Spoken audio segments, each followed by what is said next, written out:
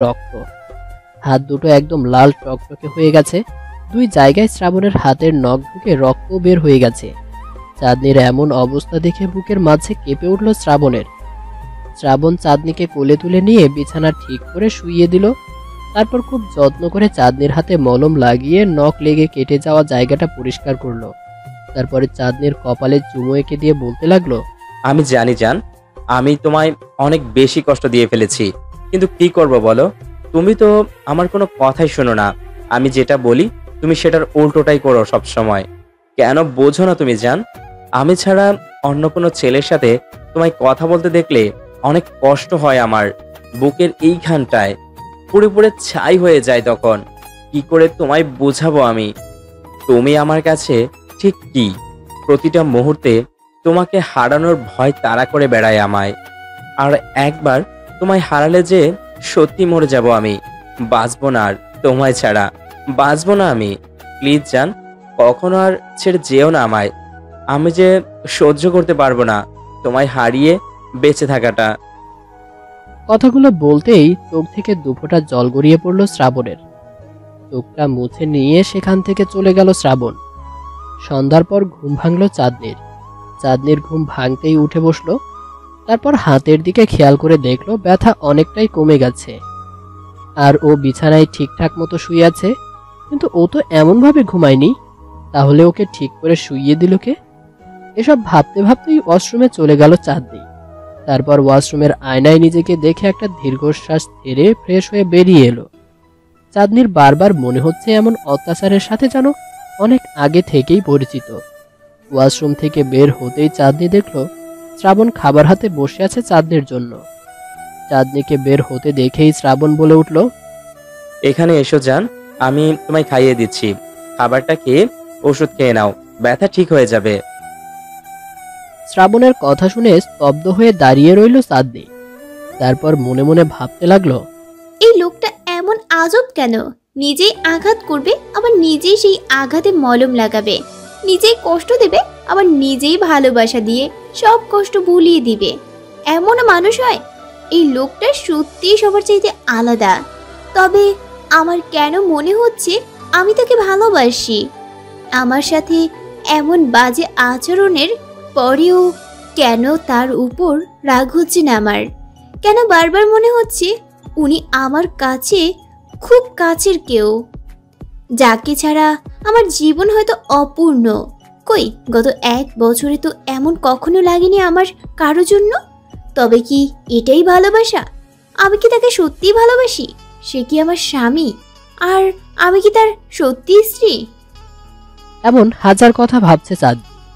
চাঁদনিকে চুপ করে দাঁড়িয়ে থাকতে দেখে শ্রাবণ উঠে গিয়ে চাঁদনির সামনে দাঁড়িয়ে চাঁদনির দুগালে হাত রেখে বলল, রাগ করেছো জান আমার উপর?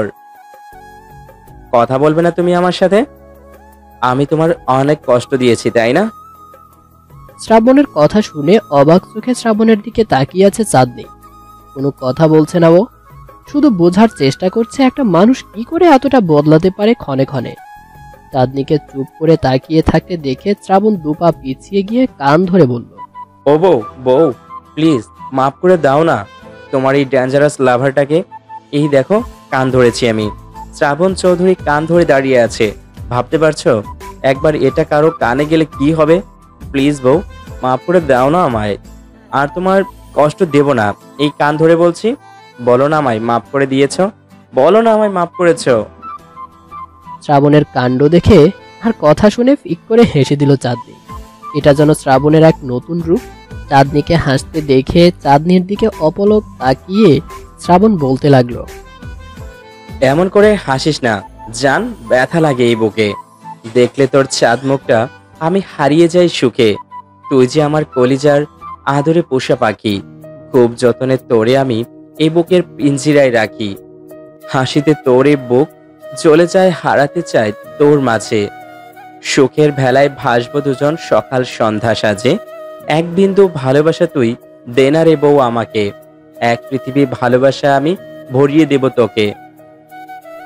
কথাগুলো বলেই চাঁদনির কাছে গিয়ে বসে কপালে আর গালে ভালোবাসার পরশ এঁকে দিল শ্রাবণ। তারপর হাত ধরে নিয়ে গিয়ে পাশে বসিয়ে চাঁদনিকে খাইয়ে দিতে লাগলো নিজের হাতে। বৃষ্টি শুধু অবাক চোখে দেখছে শ্রাবণকে। একটা মানুষ কি করে কাউকে এতটা ভালোবাসতে পারে? আর এতটা ভালোই যখন বাসে, তাহলে হঠাৎ হঠাৎ এমন ভয়ানক রূপই বা ধারণ করে কেন? এসব কথার উত্তর বৃষ্টি জানে না। তবে বৃষ্টি এতটুকু বুঝতে পেরেছে যে শ্রাবণকে ভালোবাসেও, খুব বেশি ভালোবাসে শ্রাবণকে। বৃষ্টিকে খাইয়ে দেওয়া শেষ হলে পানি খাইয়ে বৃষ্টির মুখটা টিস্যু দিয়ে মুছে দিল শ্রাবণ। তারপর বৃষ্টির গালে হাত রেখে নরম স্বরে বলল, ঠোঁটে আর হাতে খুব বেশি ব্যথা করেছে জান।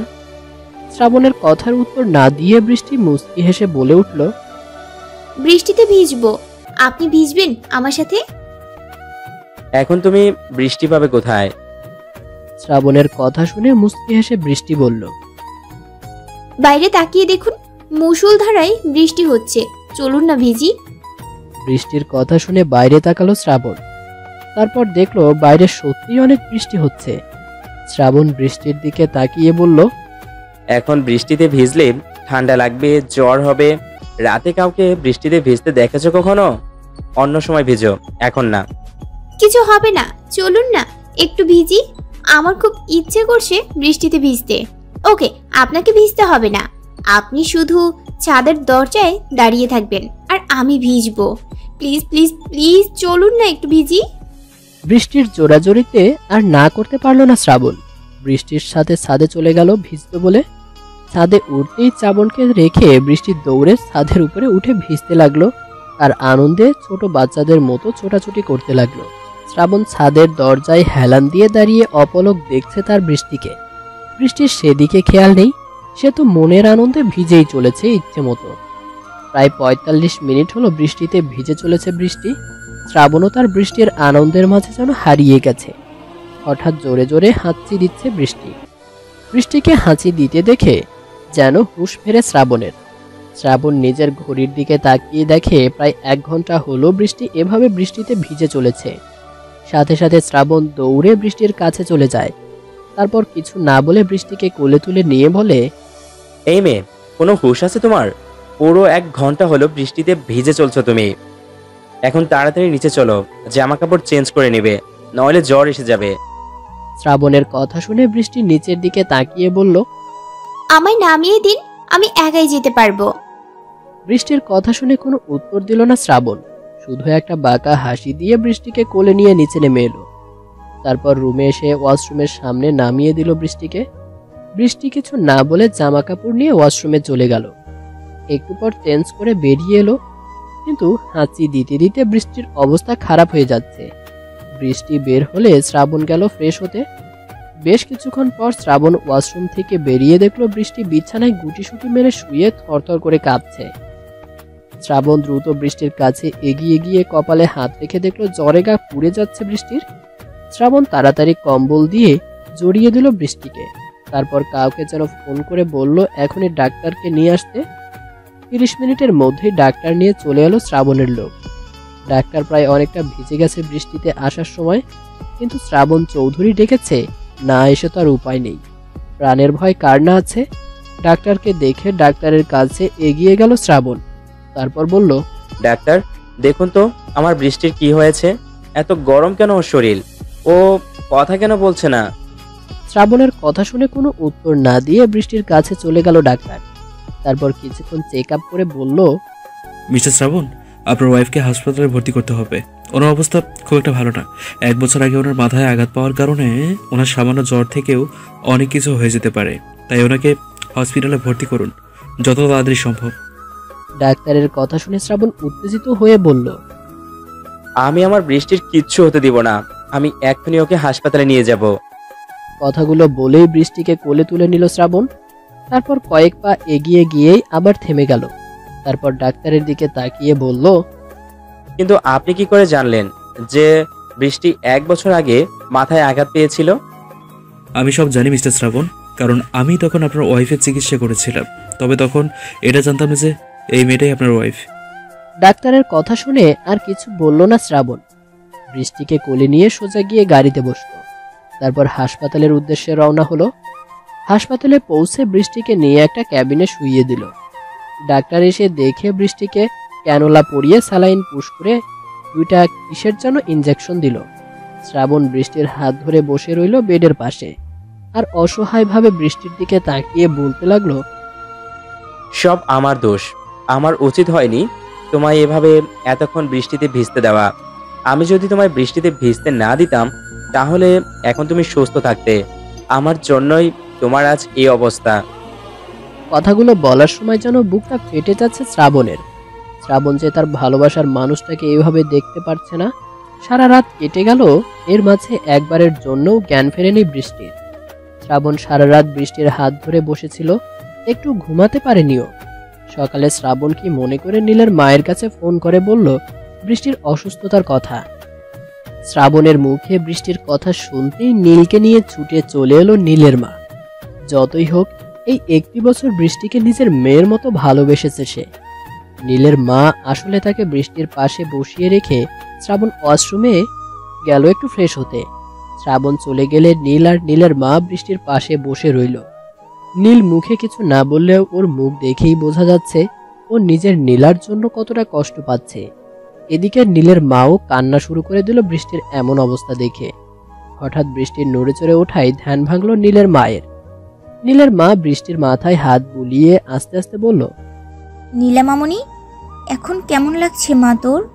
চোখ খোল, দেখ আমি তোর মামনি এসেছি তোর কাছে। কি হয়েছিল মা তোর? এমন অসুস্থ হলি কি করে হঠাৎ? নীলের মায়ের কথা শুনে ধীরে ধীরে চোখ মেলে তাকালো বৃষ্টি।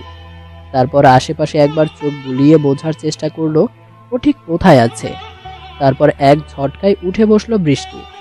বৃষ্টিকে উঠে বসতে দেখে নীলের মা উঠে দাঁড়িয়ে বৃষ্টির মাথায় হাত বুলিয়ে বলল, কি হলো নীলামা, তুই এভাবে উঠে বসলি কেন?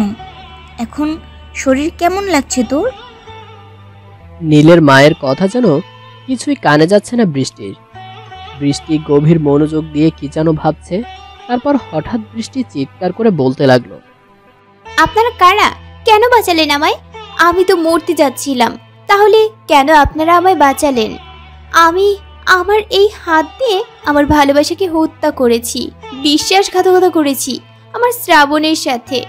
আমার বেঁচে থাকার কোনো অধিকার নেই। কেন বাঁচালেন আপনারা আমায়? আমি মরতে চাই, আমি মরতে চাই আমি। কথাগুলো চিৎকার করে বলে কাঁদছে বৃষ্টি।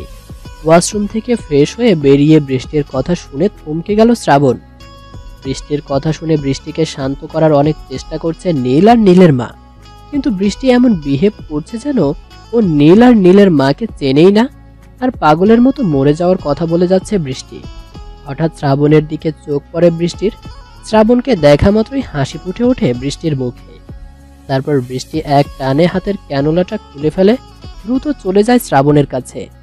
তারপর শ্রাবণের শরীরে হাত বুলাতে বুলাতে পাগলের মতো বলে, আপনি ঠিক আছেন শ্রাবণ? আপনার কিছু হয়নি? আল্লাহর কাছে হাজার কোটি শুকরিয়া, তিনি আপনাকে বাঁচিয়ে দিয়েছেন। আপনি সুস্থ আছেন তো শ্রাবণ? খুব বেশি ব্যথা লেগেছিল আপনার, তাই না? সেদিন আপনাকে ছুঁড়ে মেরে চলে আসার পর আমি আবারও ফিরে গিয়েছিলাম আপনার কাছে, কিন্তু সেখানে আমি রক্ত ছাড়া কিছু দেখতে পাইনি। আমি ভেবেছিলাম আমি হয়তো সত্যি আপনাকে খুন করে ফেলেছি, মেরে ফেলেছি আমার ভালোবাসাকে নিজের হাতে। আপনি আপনি ঠিক আছেন তো শ্রাবণ? বৃষ্টি পাগলের মতো কান্না করতে করতে এসব বলে যাচ্ছে। আর শ্রাবণ ও নীলের মা অবাক চোখে তাকিয়ে বৃষ্টির কথা শুনছে। হঠাৎ শ্রাবণ খেয়াল করলো বৃষ্টির হাতের ক্যানোলা খুলে ফেলার জায়গা দিয়ে রক্ত বের হচ্ছে। সাথে সাথে বৃষ্টির হাতের সেই জায়গায় চেপে ধরলো শ্রাবণ। তারপর বৃষ্টির দিকে তাকিয়ে শান্ত গলায় বলে উঠল, জান, শান্ত হও তুমি, আমি ঠিক আছি, কিছু হয়নি আমার। প্লিজ শোনা, শান্ত হও তুমি। সেদিন তুমি কেন এরকম করেছিলে বৃষ্টি আমার সাথে? শ্রাবণের কথা শুনে থমকে গেল বৃষ্টি। তারপর কি যেন মনে করে শ্রাবণের কাছ থেকে নিজের হাতটা ছাড়িয়ে দুপা পিছিয়ে গেল, গিয়ে বলল, আপনি কি করে পারলেন শ্রাবণ? কি করে পারলেন আপনি এমনটা করতে? একটি বারও কি আমার কথা মনে হয়নি আপনার শ্রাবণ? আপনি আপনি এতটুকু বলেই কাঁদতে কাঁদতে জ্ঞান হারিয়ে নিচে পড়ে যেতে নিল বৃষ্টি। সাথে সাথে শ্রাবণ দৌড়ে গিয়ে বৃষ্টিকে ধরে ফেলল। তারপর চিৎকার করে ডাক্তারকে ডাকতে লাগলো শ্রাবণ। নীল দৌড়ে চলে গেল ডাক্তার আনতে। ডাক্তার এসে বৃষ্টিকে চেক আপ করে বলল, মিস্টার শ্রাবণ, আপনার ওয়াইফ অতিরিক্ত টেনশনের জন্য জ্ঞান হারিয়েছেন। আর নীল আহমেদের কাছে যা শুনলাম তাতে তো মনে হচ্ছে আপনার ওয়াইফের স্মৃতি ফিরে এসেছে। আপনি টেনশন করবেন না, আমি ওনাকে ঘুমের ইনজেকশন দিয়ে দিয়েছি, উনি এখন ঘুমাবে। ঘুম থেকে উঠলে সব ঠিক হয়ে যাবে ইনশাআল্লাহ। ডাক্তারের কথা শুনে কিছুটা স্বস্তি ফিরে পেল শ্রাবণ। ডাক্তার চলে গেলে শ্রাবণ বৃষ্টির পাশে বসে বৃষ্টির বলা কথাগুলো নিয়ে ভাবতে লাগলো। কি বলেছিল এতক্ষণ? আমি কি করেছি ওর সাথে যে বৃষ্টি আমায় খুন পর্যন্ত করতে চাইলো? 1 বছর আগে শ্রাবণকে ছুরি মেরে বৃষ্টি যখন কাঁদতে কাঁদতে চলে যায়, তখন শ্রাবণকে ওর লোকেরা এসে হাসপাতালে নিয়ে যায়। কিন্তু শ্রাবণকে হত্যা করার চেষ্টা করার পর নিজেকে ক্ষমা করতে পারছিল না বৃষ্টি। বৃষ্টি মেনে নিতে পারছিল না যে সত্যিই ও শ্রাবণকে নিজের ভালোবাসার মানুষকে খুন করতে পারে। তাই বৃষ্টি আবারও ছুটে আসে শ্রাবণের কাছে, কিন্তু সেখানে আর শ্রাবণকে পায় না। ও শুধু দেখে মেঝেতে অনেক রক্ত পড়ে আছে।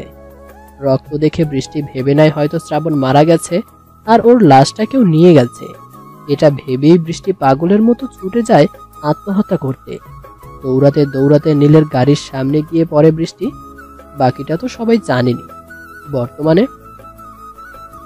বর্তমানে নীল আর নীলের মাকে বৃষ্টির কাছে রেখে নিজের বাসায় চলে যায় শ্রাবণ। বাসায় পৌঁছে দ্রুত চলে যায় বাসার দরজার কাছে লাগানো সিসিটিভি ফুটেজ চেক করতে। 1 বছর আগের সেই দিনের সিসিটিভি ফুটেজ বের করে শ্রাবণ সিসিটিভি ফুটেজে দেখতে পায় শ্রাবণ বাসা থেকে বেরিয়ে যাওয়ার একটু পরেই একটা লোকের সাথে শ্রাবণের বাসায় আসে বর্ষা। লোকটার মুখ ঠিক চেনা যাচ্ছে না। ঠিক এসে বর্ষা বাসায় ঢুকেই সোজা চলে যায় শ্রাবণ আর বৃষ্টির রুমে। এরপর 15 থেকে 20 মিনিট পরেই আবার বাসা থেকে বেরিয়ে যেতে দেখা যায় বর্ষাকে। তবে বর্ষা যখন যাচ্ছিল তখন বর্ষার চোখ থেকে অঝরে পানি গড়িয়ে পড়ছিল। শ্রাবণ অনেক ট্রাই করেও বর্ষার সাথে আসা সেই লোকটার মুখটা দেখতে পারে না। বর্ষা চলে যাওয়ায় একটু পরে একটা ছুরি হাতে রাগী লুক নিয়ে বাসা থেকে বেরিয়ে যায় বৃষ্টি। সিসিটিভি ফুটেজটা দেখে ল্যাপটপে একটা আছাড় দিয়ে ভেঙে ফেলে শ্রাবণ। তারপর মনে মনে বলে, কেন আগে আমার মনে পড়েনি এই সিসিটিভি ফুটেজের কথা? বর্ষা এমন কি করে গেল বা বলে গেল আমার বৃষ্টিকে যে বৃষ্টি আমায় হত্যা করতে ছুটে গেল? আর বর্ষার সাথে ওই লোকটাই বা কে ছিল? সব জানতে হবে, আমায় সব কিছু জানতে হবে। এমন হাজারো কথা ভাবতে ভাবতে মাথা পুরো হ্যাং হয়ে যাচ্ছে শ্রাবণের। রাগে নিজের চুলগুলো নিজেরই টেনে ছিঁড়তে ইচ্ছে করছে ওর। বিকেলে বৃষ্টি ঘুম ভাঙলে বৃষ্টিকে রিলিজ করে বাসায় নিয়ে আসে শ্রাবণ আর নীলদের নিজের বাসায় ফিরে যেতে বলে। ঘুম ভাঙার পর থেকে বৃষ্টি একদম চুপচাপ হয়ে গেছে। একটা কথাও বলছে না কারো সাথে, এমনকি নীল বা নীলের মায়ের সাথেও নয়। তবে সবাইকে চিনতেও পারছে। বাসায় নিয়ে এসে বৃষ্টির হাতে এক সেট কাপড় চোপড় দিয়ে বৃষ্টিকে ফ্রেশ হয়ে আসতে বলে শ্রাবণ। কিন্তু বৃষ্টি শ্রাবণের কথা না শুনে বেলকুনিতে চলে যায়। বৃষ্টির এমন আচরণে কিছুটা রাগ হলেও রাগটাকে কন্ট্রোল করে বৃষ্টির জন্য খাবার নিয়ে আসে শ্রাবণ।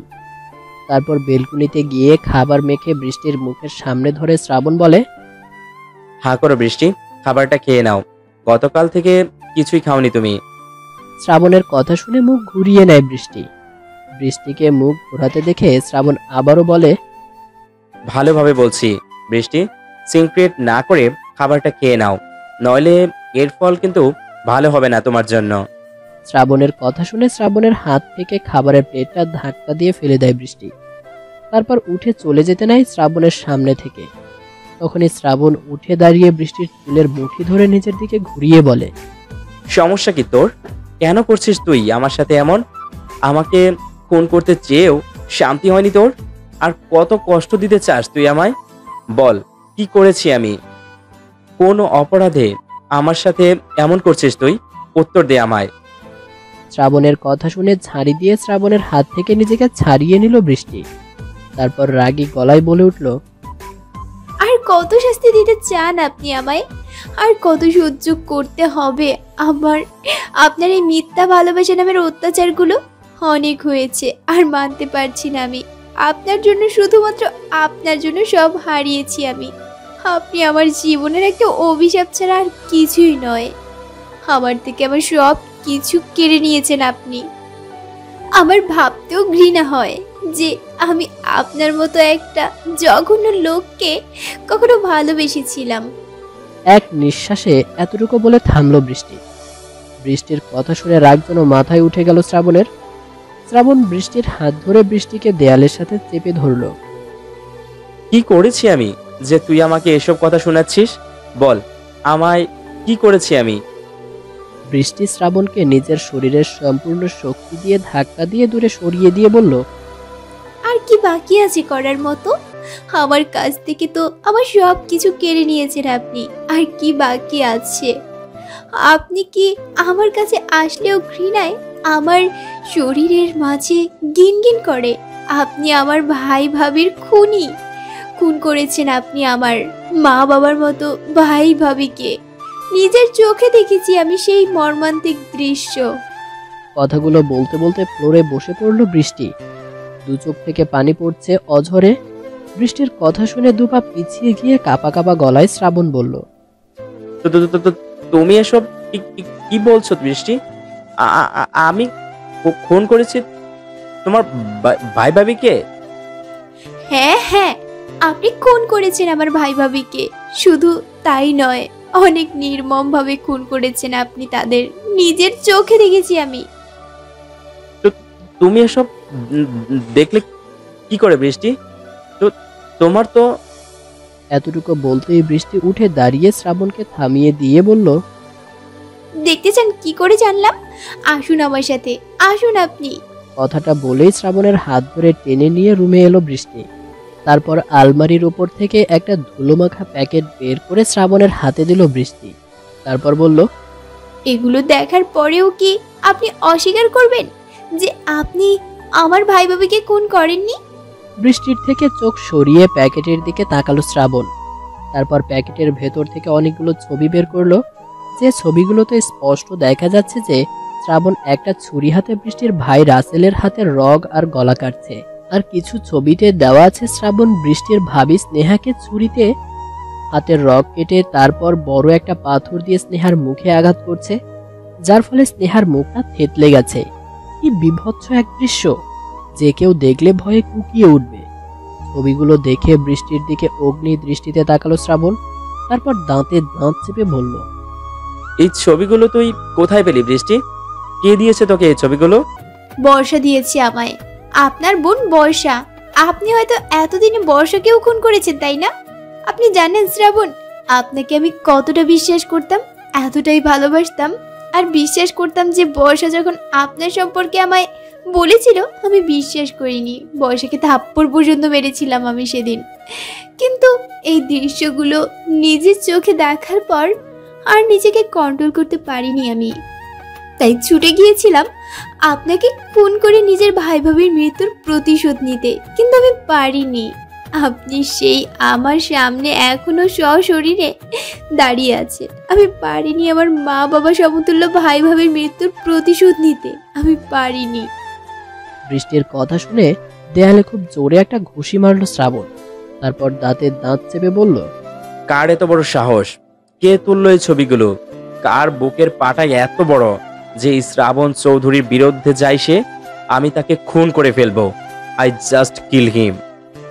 শ্রাবণের কথা শুনে হাতে তুড়ি দিতে দিতে বৃষ্টি বলল, আপনি তো শুধু এটাই পারেন মিস্টার শ্রাবণ চৌধুরী। আপনার জীবনে এইসব খুন খারাপি ছাড়া কিছুই নেই। আল্লাহ কেন বাঁচিয়ে দিল আপনাকে? সেদিন মরে কেন গেলেন না আপনি? আপনার মুখ দেখতেও ঘৃণা হচ্ছে আমার। বৃষ্টির কথা শুনে রাগে কটমট করতে করতে বৃষ্টির কাছে এগিয়ে এলো শ্রাবণ। তারপর বৃষ্টির চুলের মুঠি ধরে বলল, আমাকে খুন করার খুব শখ না তোর? এই শ্রাবণ চৌধুরীকে খুন করার সাহস দেখিয়েছিস তুই। বেশি বুঝলে তোকেই খুন করে ফেলবো আমি। তো খুন করে ফেলুন না, কেন বাঁচিয়ে রেখেছেন আমায় এখনো? আমার ভাই ভাবির মতো আমাকেও খুন করে নিজের রক্তের তৃষ্ণা মিটান আপনি। আমি আপনাকে খুন করতে পারিনি তো কি হয়েছে? আপনাকে পুলিশে দেব আমি, ফাঁসিতে ঝুলাবো আপনার মতো একটা মানুষরূপী রাক্ষসকে। কথাগুলো বলে ওই ছবিগুলোর দিকে হাত বাড়ালো বৃষ্টি।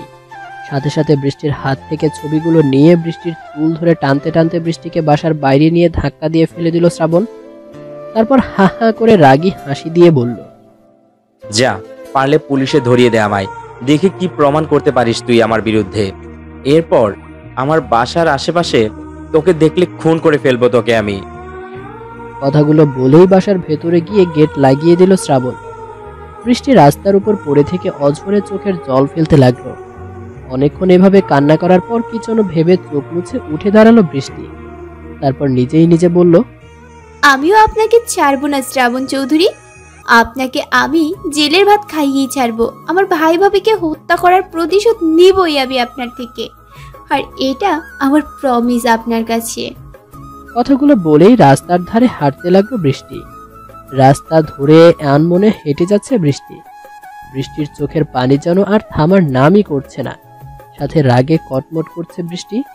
বেশ অনেকটা পথ হেঁটে যাওয়ার পর একটা বাইক এসে থামলো বৃষ্টির সামনে।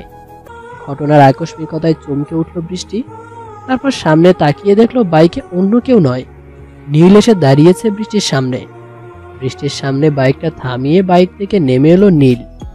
তারপর বৃষ্টির সামনে গিয়ে ভ্রু কুঁচকে তাকালো, বলল, নীলা, এই এত রাতে একা একা নির্জন রাস্তা ধরে কোথায় যাচ্ছ তুমি? আর তোমায় এমন দেখাচ্ছে কেন? কি হয়েছে তোমার? মিস্টার শ্রাবণী বা কোথায়? নীলের কথা শুনে নীলের দিকে অসহায় চোখে তাকিয়ে বৃষ্টি বলল, নীল ভাইয়া, আমাকে একটু থাকার মতো জায়গা দিবেন আপনাদের বাসায়? আমার যে আর যাওয়ার মতো কোনো জায়গা নেই নীল ভাইয়া। কথাগুলো বলার সময় বৃষ্টির চোখ থেকে দুফোঁটা জল গড়িয়ে পড়ল। বৃষ্টির কথা শুনে নীল কিছু জিজ্ঞেস করতে গিয়েও কিছু বলল না। বৃষ্টিকে বাইকে উঠিয়ে নিয়ে বাসায় নিয়ে গেল নীল। বাসায় পৌঁছালে বৃষ্টিকে দেখে খুশি হয়ে এগিয়ে এলেন নীলের মা। তারপর বললেন, নীলামা, তুই এসেছিস? আমি তো ভাবতেও পারিনি তোকে এত তাড়াতাড়ি এই বাসায় আসতে দিবে শ্রাবণ। তা শ্রাবণ কোথায় নীলা? ওকে দেখছি না যে। নীলের মায়ের কোনো কথার উত্তর না দিয়ে নীলের মাকে জড়িয়ে ধরল বৃষ্টি। তারপর হু হু করে কাঁদতে লাগলো নীলের মাকে জড়িয়ে। নীলের মায়ের কথা শুনে চোখ মুছে নীল আর নীলের মাকে একে একে সব কথা খুলে বলল বৃষ্টি। বৃষ্টির মুখে সব কথা শুনে রীতিমতো বড় একটা শক খেলো নীলের মা। সব শুনে নীল বৃষ্টির দিকে তাকিয়ে বলল, তো তুমি এখন কি করতে চাইছো নীলা? ওই শ্রাবণ চৌধুরী কি এমনি এমনি ছেড়ে দিবে তুমি? নীলের কথা শুনে উঠে দাঁড়ালো বৃষ্টি। তারপর দাঁতে দাঁত চেপে রাগী গলায় বলল, কখনোই না। আমি ওই শ্রাবণ চৌধুরীকে কখনোই ছাড়বো না। আমার মা বাবা সমতুল্য ভাই ভাবিকে খুন করার প্রতিশোধ নিব আমি তার থেকে। তাকে আমি জেলের ভাত খাইয়ে ছাড়বো। খুনের অপরাধে ফাঁসিতে ঝুলাবো আমি তাকে। বৃষ্টির কথা শুনে নীল বা নীলের মা কিছুই বলার আগেই পেছন থেকে কেউ একজন বলে উঠল, তোমার কি মনে হয় নীলা যে তুমি ওই শ্রাবণ চৌধুরীকে জেলে দিতে পারবে? শ্রাবণ চৌধুরী জেলে নেওয়ার ক্ষমতা বাংলাদেশের কোনো পুলিশের নাই। শুধু শুধু তুমি নিজের বিপদ সহ আমাদেরও বিপদে ফেলবে নীলা। কথাগুলো শুনে পেছন থেকে ঘুরে তাকালো নীল আর বৃষ্টি। তারপর দেখলো নীলের বাবা পেছনে দাঁড়িয়ে থেকে এই কথাগুলো বলছে। নীলের বাবার কথা শুনে বৃষ্টি বলল, কিন্তু আঙ্কেল, আমি যদি শ্রাবণ চৌধুরীর বিরুদ্ধে সব প্রমাণ জোগাড় করতে পারি, তাহলে তো আর ওনাকে পুলিশের ধরতে কোনো অসুবিধা হবে না।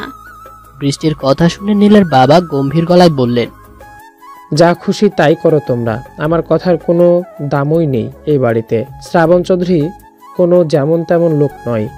তাকে জেলে দেওয়ার আর ক্ষুধার্ত বাঘের সাথে যুদ্ধ নামা একই কথা, আর তার বিরুদ্ধে প্রমাণ জোগাড় করা অসম্ভব ছাড়া আর কিছু নয়। কথাগুলো বলেই রাগ দেখিয়ে চলে গেল নীলের বাবা। নীলের বাবার কথা শুনে বৃষ্টি হতাশ হয়ে একটা দীর্ঘশ্বাস ফেলে মন খারাপ করে সোফায় বসে পড়ল। বৃষ্টিকে হতাশ হতে দেখে নীল বলল, তুমি মন খারাপ করো না নীলা, আব্বু একটু এমনই, কিন্তু আমি আছি তোমার পাশে, তোমার বন্ধু হয়ে। শ্রাবণ চৌধুরীর বিরুদ্ধে যা প্রমাণ জোগাড় করার দরকার আমি করব, তোমার সহযোগিতা করে সব প্রমাণ জোগাড় করব আমরা। নীলের কথা শেষ হলে নীলের মা বলল, হ্যাঁ রে নীলামা, আমিও আছি তোর পাশে। তুই চিন্তা করিস না, যত রকম সহযোগিতা দরকার নীল আর আমি করব তোকে। নীল আর নীলের মায়ের কথা শুনে কিছুটা ভরসা পেল বৃষ্টি। মুখে মলিন হাসির রেখা টেনে বৃষ্টি বলল, ধন্যবাদ মামনি, ধন্যবাদ নীল ভাইয়া। তোমরা না থাকলে যে আমার সুইসাইড করা ছাড়া কোনো উপায় থাকতো না। আমার যে যাওয়ার মতো কোনো জায়গা নেই, নেই কোনো আত্মীয় স্বজন। কে বলেছে তোর কেউ নেই নীলা? তুই কি এখনো আমায় নিজের মা ভাবতে পারিসনি? শুধু পেটে ধারণ করলেই কি মা হয়? তাছাড়া কি ভালোবাসার কোনো মূল্য নেই? নীলের মায়ের কথা শুনে নীলের মাকে শক্ত করে জড়িয়ে ধরল বৃষ্টি। তারপর কিছুক্ষণ চোখের জল ফেলল। নীলের মা বৃষ্টিকে সাথে নিয়ে গিয়ে নিজের হাতে খাইয়ে দিল। তারপর বৃষ্টিকে নিজের রুমে গিয়ে ভাবতে লাগলো কি করে শ্রাবণের বিরুদ্ধে প্রমাণ জোগাড় করা যায়। এদিকে বৃষ্টি বাইরে থেকে বের করে দিয়ে গেট লাগিয়ে নিজের রুমে চলে যায় শ্রাবণ। তারপর কাকে যেন ফোন করে কিছুক্ষণ কথা বলে।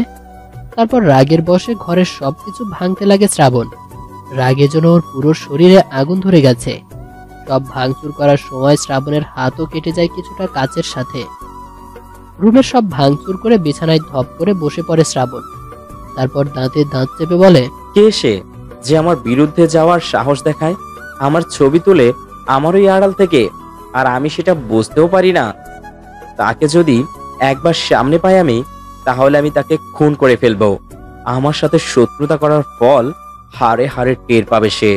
আর বৃষ্টি, তোর খুব সাহস বেড়েছে তাই না? আমার একটু ভালো ব্যবহার পেয়েছিস বলে ডানা গজিয়েছে তোর। তোর ডানা আমি কেটে রেখে দিব। তুই জানিস না আমি ডেঞ্জারাস হলে কতটা ডেঞ্জারাস হতে পারি। এই শ্রাবণ চৌধুরীকে খুন করার চেষ্টা করার জন্য খুব বেশি ভুগতে হবে তোকে। তুই কল্পনাও করতে পারবি না আমি তোর সাথে ঠিক কি কি করব। কথাগুলো বলছে আর হাতের মুঠ শক্ত করছে শ্রাবণ। শ্রাবণের চোখ থেকে যেন আগুন বের হচ্ছে। রাগ যেন মাথায় উঠে গেছে শ্রাবণের। শ্রাবণ নিজের ফোনটা হাতে নিয়ে একটা নাম্বার বের করে তাকে যেন ফোন করলো। হ্যালো, কে বলছেন? হ্যালো তিথি, আমি শ্রাবণ চৌধুরী বলছি। ওহ বেবি, তুমি আমায় ফোন করেছো? What surprise! No, just shut up Tithi. আমি তোমার সাথে দেখা করতে চাই। ওহ শ্রাবণ বেবি, তুমি দিদিকে ডাকছো আর দিদি আসবে না? তা কি করে হয় বলো? তুমি তোমার বাসার ঠিকানাটা দাও, আমি এক্ষুনি আসছি। কলেজের পর তো আর খুঁজে পেলাম না তোমায়। তবে তোমায় ঢাকায় কে না চেনে? তুমি তো এখন ঢাকার কিং। বেশি কথা আমি একদম পছন্দ করি না, এটা তুমি খুব ভালো করে জানো তিথি। তাই ফালতু ভকভক না করে কাজের কথা শোনো।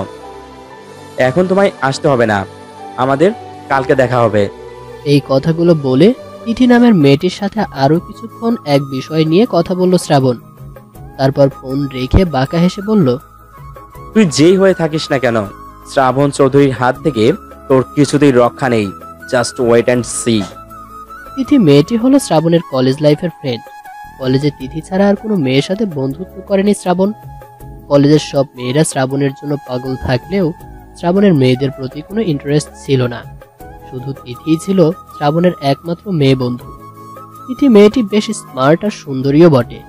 তিথি কলেজ জীবনে শ্রাবণকে অনেক লাভ করত, কিন্তু শ্রাবণ তিথিকে জাস্ট ফ্রেন্ড ছাড়া কিছুই ভাবতো না। কলেজ জীবন শেষ হলে যে যার মতো আলাদা হয়ে যায়। তিথি অনেক চেষ্টা করে শ্রাবণের সাথে যোগাযোগ রাখতে, কিন্তু শ্রাবণ সব সময়ই তিথিকে অ্যাভয়েড করে চলতো। আর শেষ পর্যন্ত তিথির সাথে সব রকম যোগাযোগ করা বন্ধ করে দেয় শ্রাবণ। পরের দিন সকালে খুব ভোরে ঘুম থেকে উঠে বৃষ্টি ফ্রেশ হয়ে নীলের মায়ের কাছে চলে এলো কাজে হেল্প করবে বলে। যতই বৃষ্টিকে মেয়ের মতো ভালোবাসুক না কেন, আসলে বৃষ্টি তো এদের রক্তের কোনো সম্পর্ক নেই। তাই নিজের বাড়ির মতো বসে বসে খাওয়াটা খুব একটা ভালো লাগবে না বৃষ্টির নিজের কাছেই। নীলের মা রান্নাঘরে সকালের নাস্তা হিসেবে পরোটা বানাচ্ছিল। বাসার কাজের লোক থাকলেও রান্নাটা নীলের মা নিজেই করেন। আসলে বাসার কেউ নীলের মায়ের হাতের রান্না ছাড়া অন্যের রান্না খায়ই না, তাই রান্নাটা নীলের মাকেই করতে হয়। বৃষ্টি কিচেনের দরজার সামনে গিয়ে নীলের মাকে বলল, মামনি কি রান্না করছো? আরে নীলা যে, এত সকাল সকাল ঘুম থেকে উঠে পড়েছিস আজ? রাতে কি ঘুম হয়নি নাকি রে মা? না মামনি, রাতে খুব ভালো ঘুম হয়েছে, তাই তো এত তাড়াতাড়ি ঘুম থেকে উঠতে পেরেছি। বলো না কি রান্না করছো? এই তো পরাটা, সবজি আর সুজির হালুয়া করব। তুই রুমে গিয়ে আর একটু ঘুমিয়ে নে, আমি টেবিলে নাস্তা রেডি করে তোকে ডাকবো। না মামনি, আমি তোমায় হেল্প করতে চাই। তোমার সাথে আমিও রান্না করব। প্লিজ মামনি, না করো না। ও বাবা, আমার মেয়েটা দেখি আজ রান্না করতে এসছে এখানে। তা বলছি যে তুই রান্না করতে পারিস তো নীলা? কি কি রান্না করতে পারিস শুনি। নীলের মায়ের কথা শুনে বৃষ্টি মাথা চুলকাতে চুলকাতে অসহায়ভাবে বলল, মানে আসলে মামনি, আমি তো নুডলস আর কফি ছাড়া কিছুই বানাতে পারি না। আসলে কখনো রান্না শেখা হয়নি কারো থেকে। আচ্ছা বাবা, তোকে আর মাথা চুলকাতে হবে না, তুই বরং নুডলসই রান্না কর। নীল নুডলস খেতে ভালোবাসে খুব, কালকে আমায় বলেছিল নুডলস রান্না করতে, কিন্তু সময় পাইনি তাই করিনি। তুই তাহলে নীলের জন্য নুডলসটা কর। নীলের মায়ের কথা শুনে আনন্দে লাফিয়ে উঠল বৃষ্টি। তারপর কোমরে ওড়না পেঁচিয়ে নুডলস রান্না করতে লেগে গেল। বৃষ্টিকে এখন কেউ দেখলে মনে করবে যেন কোনো বিয়ের অনুষ্ঠানে রান্না করতে ওকে ডেকে নেওয়া হয়েছে। বৃষ্টির এভাবে রান্না করা দেখছে আর নীলের মা মনে মনে বলছে, এমন একটা মেয়েকে কি করে এত কষ্ট দিতে পারলো ওই শ্রাবণ নামের ছেলেটা। নীলামাকে দেখে মনে হচ্ছে ও এখনো বাচ্চাই রয়ে গেছে, শুধু হাতে পায়ে যা বড় হয়েছে। কি মিষ্টি একটা মেয়েও, ওর উপর এমন অত্যাচার কি করে করলো ওই শ্রাবণ চৌধুরী। এসব ভাবছে আর বৃষ্টি রান্না করা দেখছে নীলের মা। রান্না বান্না শেষ হলে টেবিলে সব খাবার রেডি করে সবাইকে খেতে ডাকলেন নীলের মা। বৃষ্টিও নীলের মায়ের সাথে টেবিলের পাশে দাঁড়িয়ে রইল। একটু পর নীল আর নীলের বাবা এসে খেতে বসলো। খেতে বসে নীল বলল, আম্মু, আমার জন্য কি নুডলস রান্না করেছো, নাকি আজকেও বলবে সময় হয়নি তোমার? রে নীল, সত্যি আজকেও আমার সময় হয়নি তোর নুডলস রান্না করার মতো। তবে তোর নুডলস রান্না হয়েছে। এই বলছো রান্নার সময় পাওনি, আবার বলছো রান্না হয়েছে। বলি নুডলস কি একা একা হেঁটে রান্না হয়ে গেল নাকি আম্মু? আরে বোকা ছেলে, নুডলসের কি হাত পা আছে যে একা একাই রান্না হবে? আসলে তোর নুডলসটা আজকে আমি রান্না করিনি, অন্য কেউ করেছে। কি বলছো আম্মু? তুমি ভালো করে জানো আমি তোমার হাতে রান্না ছাড়া কারো হাতে রান্না খাই না, তবু তুমি কাজের লোকদের দিয়ে আমার নুডলস রান্না করলে। তোকে কে বললো যে কাজের লোক তোর নুডলস রেঁধেছে? তোর জন্য আজকে নীলামামনি নুডলস রান্না করেছে নিজের হাতে।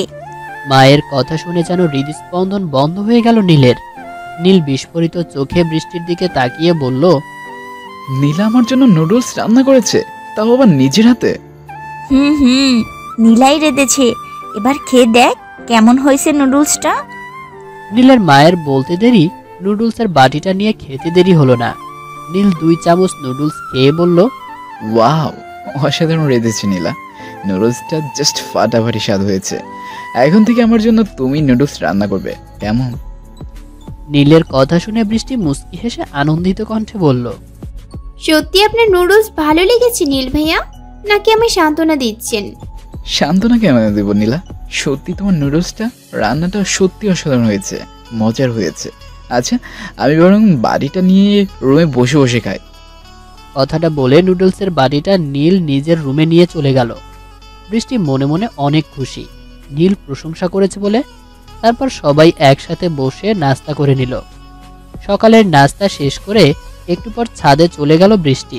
আর ভাবতে লাগলো কি করে শ্রাবণের বিরুদ্ধে প্রমাণ জোগাড় করবে ও।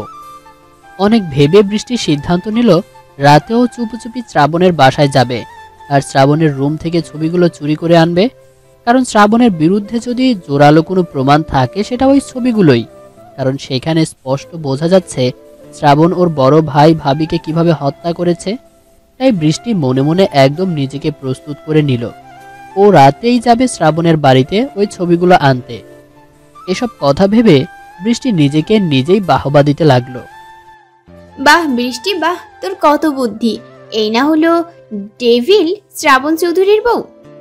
মুখ ফসকে কথাটা বলে ফেললেই বৃষ্টি নিজের মুখটা চেপে ধরে বলল, এ আমি কি বলছি? আমি ওই শ্রাবণ চৌধুরীর কিছু না। কিছু যদি হয়েই থাকি তাহলে আমি ওনার শত্রু, আর কিছু না। কিন্তু তবুও কেন মনটা মানতে চাইছে না এখনো যে শ্রাবণ আমার ভাই ভাবিকে হত্যা করেছে? কেন বারবার মনে হচ্ছে উনি এসব কিছুই করেনি। না না, এইসব আমার মনের আবেগগুলো বলছে শ্রাবণ চৌধুরী সত্যি একজন খুনি। আমার ভাই ভাবিকে নির্মমভাবে খুন করেছেন উনি। আমি নিজের চোখে দেখেছি সব। ওনার কোনো ক্ষমা নাই। আমি ওনাকে জেলের ভাত খাইয়েই ছাড়বো। কথাগুলো একা একাই নিজের সাথে নিজে বলল বৃষ্টি। তারপর ভাবতে লাগলো বর্ষার কথা। বৃষ্টির চোখের জল ছেড়ে দিয়ে বলল, তুই কোথায় হারিয়ে গেলি বর্ষা? সেদিনের পর আর কেন ফিরে এলি না তুই?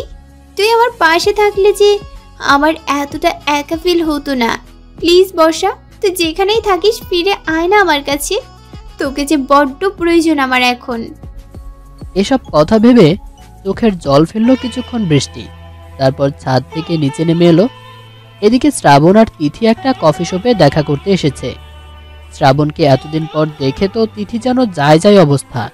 এই কয়েক বছরে শ্রাবণ যেন কলেজ লাইফের চাইতেও আরো বেশি হ্যান্ডসাম হয়ে গেছে। তিথিও কিন্তু কম নয়, ফর্সা স্লিম বডি, যথেষ্ট সুন্দরী। তবে তিথির পোশাক আশাকগুলো একটু বেশি মডার্ন। জিন্স প্যান্টস আর টি শার্ট পরে থাকতেই বেশি আনন্দ বোধ করে তিথি। তবে ওর এসব পরার পেছনেও একটা কারণ আছে, সেটা নয় এখন গোপনই থাক। শ্রাবণকে দেখা মাত্রই দৌড়ে শ্রাবণের কাছে গিয়ে গলা জড়িয়ে ধরলো তিথি। তারপর বলল, ও বেবি, তুমি কেমন আছো? তোমাকে আমি কত মিস করেছি এতদিন, তুমি জানো? I miss you so much baby. তিথির কথা শুনে তিথিকে নিজের থেকে সরিয়ে দিয়ে শ্রাবণ বলল, ওই তিথি, তোমার অভ্যাস কি কখনোই চেঞ্জ হবে না? তুমি ভালো করে জানো আমি এমন গায়ে পড়া ভাব একদম পছন্দ করি না। আমি তো জানি বেবি, বাট এতদিন পর তোমায় পেয়ে একটু হাক করবো না, তা কখনো হয় বলো? ইস, তুমি তো আগের চাইতেও বেশি হ্যান্ডসাম ও কিলার লুকের অধিকারী হয়েছো। তোমার এসব ফালতু ভকভক শেষ হয়ে থাকলেই এবার একটু দরকারি কথা বলি তিথি, নাকি আমি চলে যাব, তুমি বকবক করো? নো বেবি নো, তোমায় আর কোথাও যেতে দিব না আমি। আর আমি কিছু বলবো না। এই নাও, একদম চুপ করলাম। এখন বলো, কি বলতে আমার স্মরণ করলে? তারপর বেশ কিছুক্ষণ সময় শ্রাবণ আর তিথি সেখানে বসে অনেক গল্প করলো। সব গল্প শেষে কফি শপ ছেড়ে বের হয়ে শ্রাবণ তিথিকে উদ্দেশ্য করে বলল, তাহলে তুমি বাসায় গিয়ে রেডি হয়ে নাও তিথি, আমি সন্ধ্যার পর গিয়ে তোমায় নিয়ে আসবো। আজ থেকে তুমি আমার বাসাতেই থাকবে। ওকে বেবি, আমি তোমার জন্য ওয়েট করব। এখন তাহলে আসি, বাই। কথাগুলো বলে বিদায় নিয়ে চলে গেল তিথি। শ্রাবণও ফিরে গেল নিজের বাসায়। রাত 9টা। চুপি চুপি বাসা থেকে বেরিয়ে গেল বৃষ্টি। বৃষ্টি চায় না ওর জন্য নীলদের বাসার কেউ বিপদে পড়ুক, কারণ ওরা বৃষ্টির জন্য অনেক করেছে যা আপন কেউ করবে না। তাই একা একাই শ্রাবণের বিরুদ্ধে প্রমাণ জোগাড় করতে হবে ওকে। বৃষ্টি ধীরে ধীরে পা টিপে টিপে বাসা থেকে বেরিয়ে গেল। যাওয়ার আগে নিজের রুমের বিছানা কাপড় চোপড় দিয়ে এমন করে সাজিয়ে রেখে গেল যে দেখে মনে হবে বৃষ্টি সেখানে শুয়ে ঘুমিয়ে আছে। তারপর দরজাটাকে চাপিয়ে বেরিয়ে গেল। রাস্তায় কোনো গাড়ি না পেয়ে হেঁটেই রওনা দিল বৃষ্টি। যেভাবেই হোক ওকে প্রমাণ জোগাড় করতেই হবে। প্রায় 20 মিনিট হলো হেঁটে চলছে বৃষ্টি, কিন্তু এখন অবধি অর্ধেক পথই শেষ হয়নি ওর। এদিকে রাত 9:30 বেজে গেছে। বৃষ্টির বেশ ভয়ও করছে। তবুও বৃষ্টি না থেমে মনের সাহস নিয়ে এগিয়ে চলছে আর রিক্সাও খুঁজে চলেছে। কিন্তু আজ যেন রিক্সাওয়ালারা বৃষ্টির সাথে শত্রুতা শুরু করে দিয়েছে। অনেকটা পথ হাঁটার পর একটা জায়গায় এসে থমকে গেল বৃষ্টি।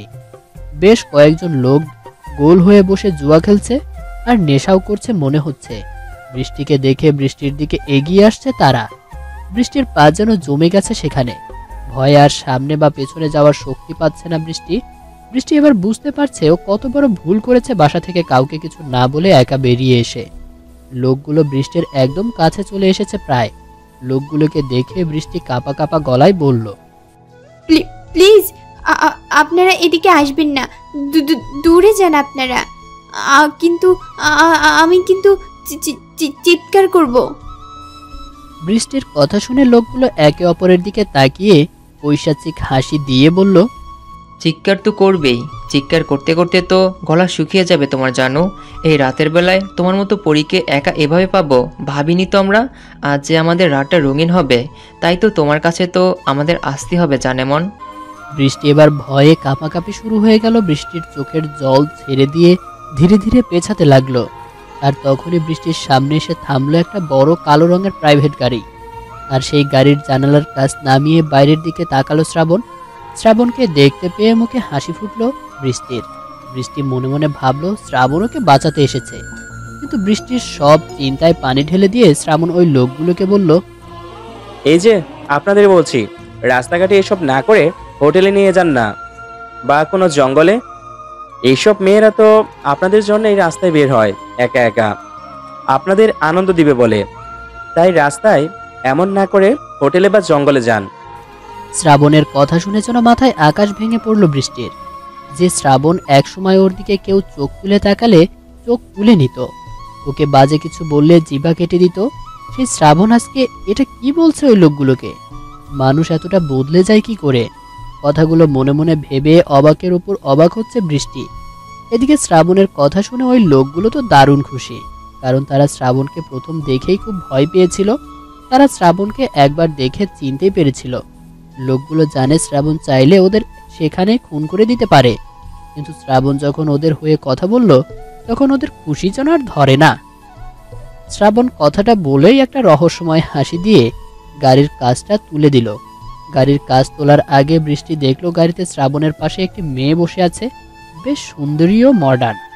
শ্রাবণ যখন গাড়ির গ্লাস তুলে দিচ্ছিল তখন মেয়েটি শ্রাবণকে বলল, ও শ্রাবণ বেবি, তুমি কি ওই বেহেনজিকে চেনো নাকি? কি ড্রেস আপ, একেবারে বেহেনজির মতো। মেয়েটির কথায় শ্রাবণ এক নজরে বৃষ্টির দিকে তাকিয়ে বলল, না সুইট হার্ট, আমি এমন রাস্তায় মেয়েদের চিনি না। কথাটা বলেই সেখানে গাড়ি থেকে নিয়ে চলে গেল শ্রাবণ। আর বৃষ্টি সেখানে স্তব্ধ হয়ে দাঁড়িয়ে গাড়ি চলে যাওয়ার দিকে তাকিয়ে রইল। এদিকে ওই লোকগুলোও এগিয়ে আসছে বৃষ্টির কাছে, সেদিকে বৃষ্টির কোনো খেয়াল নেই। শ্রাবণকে এমন বিপদের মাঝে একা ফেলে এভাবে চলে যেতে পারে সেটা ভাবতেই চোখ থেকে দুফোঁটা জল গড়িয়ে পড়ল বৃষ্টির। এদিকে ওই নেশাখোর লোকগুলো বৃষ্টির কাছে এসে দাঁড়িয়ে পৈশাচিক হাসি দিয়ে বলল, কি গো রাত পড়ি, এখন তোমায় কে বাঁচাবে? তার চাইতে তুমি নিজেই ধরা দাও আমাদের কাছে, এতে তোমারই লাভ হবে, সাথে মজাও পাবে। লোকগুলোর কথায় ধ্যান ভাঙল বৃষ্টির। সাথে সাথে বৃষ্টি কয়েক পা পিছিয়ে গেল। বৃষ্টি বুঝতে পারল ভুলটা ওর নিজেরই হয়েছে, তাই এদের হাত থেকে বাঁচতে হলে নিজেকেই কিছু করতে হবে। বৃষ্টি আর কোনো চিন্তা ভাবনা না করে পেছন থেকে দৌড়াতে লাগলো। বৃষ্টির পিছু পিছু ওই লোকগুলোও ছুটে চলেছে। আশেপাশের সব লোকই তাকিয়ে দেখছে, কিন্তু একজনও এগিয়ে আসছে না বৃষ্টিকে বাঁচাতে। অথচ কাল সকালে যখন নিউজ বের হবে একটা তরুণী মেয়েকে গণধর্ষণ, এরপর হত্যা, তখন এই মানুষগুলোরই আফসোসের শেষ থাকবে না। হায় রে মানুষ! দৌড়াতে দৌড়াতে হঠাৎ করে বুকের সাথে ধাক্কা খেল বৃষ্টি। বৃষ্টি ভয়ে ভয়ে উপরে তাকিয়ে দেখলো সেটা আর কেউ নয়, নীল। নীলকে দেখে যেন দেহে প্রাণ ফিরে পেল বৃষ্টি। বৃষ্টি দ্রুত গিয়ে নীলের পেছনে দাঁড়িয়ে নীলের শার্টটা খামচে ধরলো ভয়ে। লোকগুলো নীলের সামনে এসে দাঁড়িয়ে বলল, ওই কে রে তুই? আমাদের আশেপাশে এত লোক দাঁড়িয়ে আছে, কেউই এলো না, আর তুই কিনা এখানে হিরো সাজতে এসেছিস? লোকগুলোর কথা শুনে নীল মুচকি হেসে বলল, না ভাই, আমি তো আর ফিল্মের হিরোর মতো ফাইট করতে পারবো না আপনাদের সাথে, তাই হিরো হওয়ার কোনো ইচ্ছাও নেই আমার। আমি শুধু আপনাদের সাথে একটু কথা বলতে চাই। কি কথা বলবি তুই? মেয়েটিকে তো আজকে আমরা চাই, তুই শর্ত আমাদের সামনে থেকে। আমি আপনাদের কথা দিচ্ছি, আমি সরে যাব, শুধু আমার সাথে একটা মিনিট কথা বলেন প্লিজ। তারপর আপনারা যা বলবেন আমি তাই করব। একটা মেয়ের জন্য মরে যাওয়ার কোনো শখই আমার নেই। নীলের কথা শুনে বৃষ্টি অবাক চোখে তাকিয়ে আছে নীলের দিকে। কি বলবে বুঝতে পারছে না ও, তাই চুপচাপ দাঁড়িয়ে দেখছে কি হয়। নীলের কথায় রাজি হয়ে ওই লোকগুলো ওর কথা শুনতে চাইল। নীল বৃষ্টিকে দাঁড় করিয়ে রেখে লোকগুলোকে নিয়ে একটু দূরে এসে কি যেন কথা বলল কিছুক্ষণ। তারপর বৃষ্টির কাছে ফিরে এসে নীল বলল, চলো নীলা, বাসায় চলো, আর কোনো ভয় নেই, ওরা চলে গেছে। কথা শুনে লোকগুলোর দিকে তাকিয়ে বৃষ্টি দেখলো সত্যি চলে যাচ্ছে লোকগুলো। বৃষ্টি আর কোনো কথা কিছু না বলে বাসায় চলে এলো। বাসায় পৌঁছে বৃষ্টিকে ডেকে বলল, আচ্ছা নীল ভাইয়া, আপনি এমন কি বললেন ওই লোকগুলোকে যে তারা সবাই পালিয়ে গেল? বৃষ্টির কথা শুনে বৃষ্টির দিকে ঘুরে মুচকি হেসে নীল বলল, আমাকে দেখে কি তোমার পাগল মনে হয় নীলা? আমার একার কোনো ক্ষমতা ছিল না ওদের কিছু বলে ভয় দেখিয়ে ভাগিয়ে দেওয়া। আমি তো ওদের কিছু দিয়েছি বলে ওরা চলে গেছে। কিছু দিয়েছেন মানে? কি দিয়েছেন আপনি ওদের? বেশি কিছু না নীলা, 10,000 টাকা দিয়ে বলছি তোমরা মুক্তি দিতে, আর ওই টাকা দিয়ে অন্য জায়গায় গিয়ে নেশা করতে। ওরা তো নেশাখোর, তাই 10,000 টাকা ওদের কাছে অনেক। নীলের কথা শুনে প্রথমে অবাক হলেও খুব রাগ হলো বৃষ্টির। বৃষ্টি নীলকে আর কিছু বলতে না দিয়ে নিজের রুমে গিয়ে ঠাস করে দরজা লাগিয়ে দিল। বৃষ্টির এমন কাণ্ডে ঠোঁট উল্টে মাথা চুলকাতে চুলকাতে চলে গেল নীল। আর বৃষ্টির রুমে গিয়ে একা একাই বলতে লাগলো, কি ভাবলাম আর কি হলো? ইস, উনি 10,000 টাকার বদলে বাঁচিয়ে আনছে আমায়। কেন রে, তুই কি ছেলে মানুষ না যে ওদের দেখে ভয় পেলি? আমার শ্রাবণ হলে ওদের ফিল্মের হিরোর মতো ডুসুম ডুসুম করে মেরে আমাকে বাঁচিয়ে আনতো। শালা ভিতুর ডিম একটা। আবার বাহাদুরি করে বলছে আমি তোমায় 10,000 টাকার বিনিময়ে বাঁচিয়ে এনেছি। কচু করেছো তুমি। কথাগুলো বলেই নিজের মুখটা চেপে ধরলো বৃষ্টি। তারপরও আবার বলল, আমি কেন বারবার ওই শয়তান শ্রাবণের নাম নিচ্ছি? ও হিরো নয়, ও একটা ভিলেন। না হলে কি করে পারলো আমার এমন বিপদের মাঝে রেখে ওভাবে চলে যেতে? ওনার চাইতে নীল ভাইয়া 1000 গুণ ভালো। আমারই ভুল হয়েছে ভাবতে। কথাগুলো ভেবেই মন খারাপ করে শুয়ে পড়ল বৃষ্টি। তারপর শুয়ে শুয়ে চিন্তা করতে লাগলো, ও আর রাতে ওই শ্রাবণের বাসায় যাবে না, গেলে দিনের বেলাতেই যাবে আর ছবিগুলো চুরি করে আনবে। আর সেই দিনটা কালকের দিনই। সকালে ঘুম থেকে উঠতে অনেক দেরি হয়ে গেল বৃষ্টির, কারণ রাতে ঠিক করে ঘুমাতে পারেনি ও। ভোরের দিকে চোখটা লেগে এলে ঘুমিয়ে পড়ে বৃষ্টি, যার ফলস্বরূপ এখন ঘুম থেকে উঠলে বেলা 9:30 বেজে গেছে। বৃষ্টি ঘুম থেকে উঠে ঘড়ি দেখে তাড়াতাড়ি ওয়াশরুমে গিয়ে ফ্রেশ হয়ে নিল। তারপর রুম থেকে বেরিয়ে দেখলো নীল সোফায় বসে টিভি নিউজে দেখছে মনোযোগ দিয়ে। বৃষ্টিকে দেখে নীল সোফা ছেড়ে উঠে এসে টিভি বন্ধ করে বৃষ্টির দিকে তাকিয়ে বলল, ঘুম কেমন হলো নীলা? তোমার চোখ এমন ফোলা ফোলা লাগছে কেন? কিছু না ভাইয়া, আসলে রাতে ঘুমাতে একটু লেট হয়েছিল তো, তাই হয়তো। আচ্ছা আপনি বসুন, আমি আপনার জন্য নুডলস রান্না করে আনছি। ঘুম থেকে উঠতে খুব দেরি হয়ে গেল আজ আমার। তোকে কোথাও যেতে হবে না নীলামা, আমি ওকে নুডলস রেঁধে দিয়েছিলাম, ওর খাওয়া শেষ। তুই এখানে এসে নাস্তা কর, আয়। কিচেন থেকে বের হয়ে বলল নীলের মা।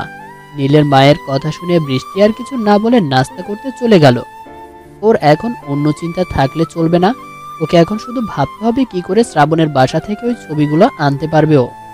সকালের নাস্তা শেষ করে ছাদে গিয়ে প্ল্যান করতে লাগলো বৃষ্টি, কখন কি করে শ্রাবণের বাসায় যাবে এটা নিয়ে। সবকিছু প্ল্যানিং করা শেষ হলে বেলা 11:45 শ্রাবণের বাসার উদ্দেশ্যে বেরিয়ে পড়ল বৃষ্টি।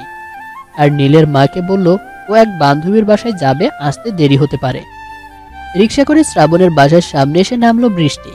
তারপর ওড়না দিয়ে নিজেকে ভালোভাবে ঢেকে নিয়ে গেটের ভেতরে প্রবেশ করলো। গেটে দারোয়ান বসে বসে ঘুমে ঝিমোচ্ছিল বলে ভেতরে ঢুকতে বেশি বেগ পেতে হলো না বৃষ্টির। বৃষ্টি চুপি চুপি বাড়ির দরজার সামনে গিয়ে ভেতরে উকি দিল। উকি দিয়ে দেখলো কালকের সেই গাড়িতে শ্রাবণের পাশে বসা মেয়েটার সাথে শ্রাবণ খুব হেসে হেসে কথা বলছে। আর মেয়েটা কথা বলতে বলতে বারবার শ্রাবণের হাতের উপর হাত রাখছে। মেয়েটির এমন আচরণ দেখে যেন গায়ে জ্বালা ধরছে বৃষ্টির।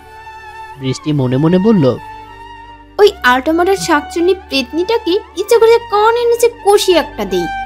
বিয়াত্তক মেয়ে কথার ছলে বারবার কিভাবে ওনার গায়ে হাত দিচ্ছে দেখো, যেন উনি ওর কোন জন্মের জামাই লাগে। কথাগুলো বলেই রাগে নিজের নাকটা ঘষে নিল বৃষ্টি।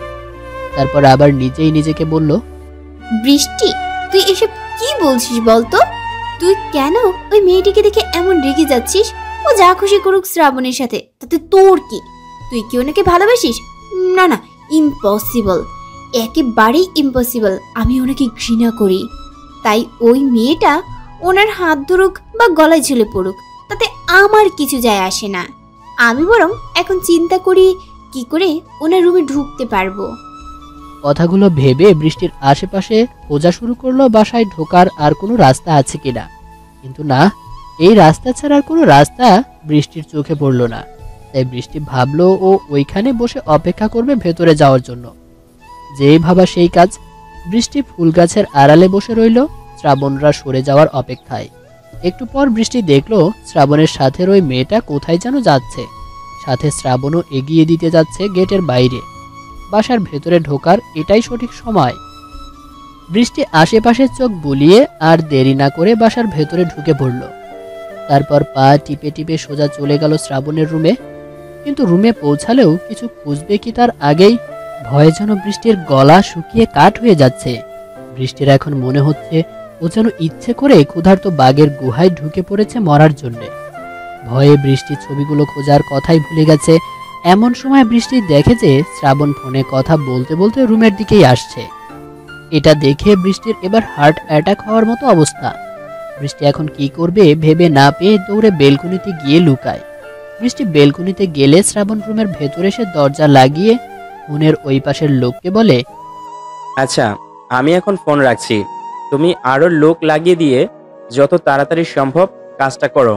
বাই। কথাগুলো বলেই ফোনটা কেটে দিয়ে বিছানার ওপর ফোনটা রেখে দিল শ্রাবণ। এদিকে ভয়ে বৃষ্টি শেষ, গলা শুকনো, যেন মরুভূমি হয়ে গেছে বৃষ্টির। এখনো পানি না খেলে হয়তো মরেই যাবে। বৃষ্টি আশেপাশে পানি খুঁজতে শুরু করলো, আর তখনই ওর চোখে পড়ল বেলকুনিতে ছোট একটা টি টেবিলের ওপর রাখা একটা বোতলের দিকে। বৃষ্টি বোতলের জিনিসটাকে ভয় ও পিপাসায় পানি ভেবে ঢকঢক করে পুরোটা সাবার করে দিল। এদিকে শ্রাবণ নিজের গায়ে টি শার্টটা খুলে গোসলের জন্য রেডি হচ্ছে। যখনই শ্রাবণ ওয়াশরুমে ঢোকার জন্য পা বাড়ালো, তখনই বেলকুনি থেকে কিছু পড়ে ভেঙে যাওয়ার শব্দ পেল শ্রাবণ। শব্দ পেয়েই শ্রাবণ আর ওয়াশরুমে না গিয়ে ভ্রু কুঁচকে বেলকুনির দিকে এগিয়ে গেল। বেলকুনিতে গিয়ে শ্রাবণ যা দেখলো তাতে শ্রাবণের চোখ প্রায় বেরিয়ে আসার উপক্রম হলো। শ্রাবণ দেখলো বৃষ্টি ওর বেলকুনিতে রেখে যাওয়া মদের বোতলের সবটুকু মদ খেয়ে ফেলেছে। এখন আর মদ বের হচ্ছে না বলে রাগে বসে বোতলটা আছাড় মেরে ভেঙে কোমরে হাত দিয়ে রাগে লুকে দাঁড়িয়ে আছে। বৃষ্টিকে এই অবস্থায় দেখে শ্রাবণ অবাক চোখে তাকিয়ে ভ্রু কুঁচকে বলল, বৃষ্টি, তুমি এখানে কি করছো? এখানে কখন এলে তুমি? আর কি করছো এসব? তুমি কি এটা খেয়েছো নাকি? শ্রাবণের কথা শুনে চোখ ছোট ছোট করে মাথাটা একদিকে হেলিয়ে শ্রাবণের দিকে তাকালো বৃষ্টি। তারপর শ্রাবণের কাছে এগিয়ে আসার জন্য পা তুলতেই শ্রাবণ বৃষ্টিকে থামিয়ে দিয়ে বলল, এই দাঁড়াও দাঁড়াও, ওইখানেই দাঁড়াও, আমি তোমায় নিয়ে আসছি। এখান থেকে এক পা এগিয়ে আসলে পায়ে কাচের টুকরো ঢুকে যাবে। শ্রাবণের কথা শুনে বৃষ্টি কিছু না বলে মুখটা ছোট্ট বাচ্চাদের মতো করে ঠোঁট উল্টে দাঁড়িয়ে রইল। বৃষ্টিকে দেখতে এখন একদম নাদুস নুদুস বাচ্চার মতো লাগছে। শ্রাবণ কাছের টুকরোগুলো পাশ কাটিয়ে বৃষ্টির কাছে গিয়ে বৃষ্টির দিকে পা থেকে মাথা পর্যন্ত একবার চোখ বুলিয়ে নিয়ে কিছু না বলেই বৃষ্টিকে কোলে তুলে নিল। তারপর আবার কাছের টুকরোগুলোকে পাশ কাটিয়ে বৃষ্টিকে নিয়ে রুমের দিকে হাঁটা দিল। আর তখনই বৃষ্টি শ্রাবণের উন্মুক্ত ফর্সা বাহুতে সজোরে কামড় বসিয়ে দিল। আচমকা এমন কামড় খাওয়ায় বৃষ্টিকে কোল থেকে নামিয়ে দিল শ্রাবণ। তারপর ধমক দিয়ে বলল, এই মেয়ে, এই রাক্ষস হয়েছে নাকি? এভাবে আমায় কামড়ে দিলে কেন? আর একটু হলে তো রক্ত বের হয়ে যেত। শ্রাবণের কথা শুনে বৃষ্টি কিছু না বলে আশেপাশে কি যেন খোঁজাখুঁজি করতে লাগলো। শ্রাবণ বৃষ্টির হাত ধরে নিজের দিকে ঘুরিয়ে আবারও ধমক দিয়ে বলল, এই মেয়ে, আমি কিছু বলছি, শুনতে পাও না তুমি? আর এদিক ওদিক কি করছো তুমি? শ্রাবণের কথা শুনে বৃষ্টির ঠোঁট উল্টে বলল, মশলা ছাড়া খেতে মজা লাগে না, তাই মশলা খুঁজছি মুরগিটাকে রোস্ট করে খাবো বলে। ইয়ামি হবে গুলুমুলু মুরগিটা। কথাটা বলেই বৃষ্টি জিভা বের করে এমন ভাব করলো যেন খুব টেস্টি কিছু খাওয়ার প্ল্যান করছে। বৃষ্টির এমন কাণ্ড দেখে আর কথা শুনে শ্রাবণ রাগী গলায় জিজ্ঞেস করলো, এখানে তুমি মুরগি কই পেলে বৃষ্টি, যে রোস্ট করে খাবে? আর বাচ্চাদের মতো এমন কেন করছো মুখটা? এই তো আমার সামনে দাঁড়িয়ে আছে আমার সেই গুলুমুলু সাদা মুরগিটা, তাকে আমি মশলা দিয়ে ভালো করে কষিয়ে রোস্ট করে খাবো। কথাগুলো শ্রাবণের বুকের দিকে ইশারা করে বলল বৃষ্টি। বৃষ্টির এমন কথা শুনে শ্রাবণ বড় বড় চোখ করে বলল, হোয়াট ননসেন্স! আমাকে তোমার সাদা মুরগি মনে হচ্ছে? মজা করার আর জিনিস পেলে না, মারবো কষি এক চড়। শ্রাবণের কথা শুনে হা হা করে হেসে দিল বৃষ্টি। তারপর বলল, আমার মুরগিটা দেখে আবার রাগ করে, কথাও বলে। আসো মুরগি আসো, তোমায় আমি অনেক আদর করে চিবিয়ে চিবিয়ে খাবো। ইয়ামি লাগবে। কথাগুলো বলতে বলতে শ্রাবণের কাছে এগিয়ে গেল বৃষ্টি। তারপর শ্রাবণ কিছু বুঝে ওঠার আগেই শ্রাবণের বুকে আরেকটা কামড় বসিয়ে দিল। এবারের কামড়টা আরো জোরেই ছিল, যার ফলে শ্রাবণ একটু আহ শব্দ করে উঠল। বৃষ্টি শ্রাবণকে ছেড়ে দিয়ে বলল, ইস, রোস্টটাকে ভালো মতো সিদ্ধ করতে হবে, খুব শক্ত। ওই মুরগি, তুমি আমার সাথে চলো তো, আমি তোমায় ভালো করে কেটে রেঁধে সিদ্ধ করে খাবো। বৃষ্টির কথা শুনে এবার রাগ উঠে গেল শ্রাবণের। শ্রাবণ ঠাস করে বৃষ্টির গালে একটা চর বসিয়ে দিল। তারপর নিজের গায়ে একটা টি শার্ট পরে নিল। শ্রাবণের হাতের চর খেয়ে বৃষ্টির ঠোঁট উল্টে কাঁদো কাঁদো গলায় গান ধরল, ও মুরগি রে তুই অপরাধী রে, আমার যত্নে মাখা মশলাপাতি তাড়াতাড়ি আয়না দে, তোরে অনেক আদরে রোস্ট বানাইয়া খামু আমি রে। আমার মুরগিটারে জামা পরানোর তোকে অধিকার দিল কে? বৃষ্টির মুখে এমন গান শুনে শ্রাবণ রীতিমতো 440 ভোল্টের ঝটকা খেল। শ্রাবণ বেশ ভালো করেই বুঝতে পারছে যে বৃষ্টির ভালো মতো নেশা হয়েছে, যার কারণে ও এমন আবল তাবল বকাবকি করছে। তাই শ্রাবণ শান্ত গলায় বৃষ্টির কাছে এগিয়ে এসে বলল, বৃষ্টি শোনা, তুমি না ভালো মেয়ে, এভাবে কাঁদতে হয় না শোনা। আর ওটা মুরগি ছিল না তো, তুমি ভুল দেখেছো শোনা। না না না না না, আমি ভুল দেখিনি। তুমি পচা, তুমি আমার মুরগিটাকে জামা পরিয়ে দিছো। আমি দেখেছি আমার মুরগিটা কি সাদা আর সুন্দর ছিল। আমি মুরগির রোস্ট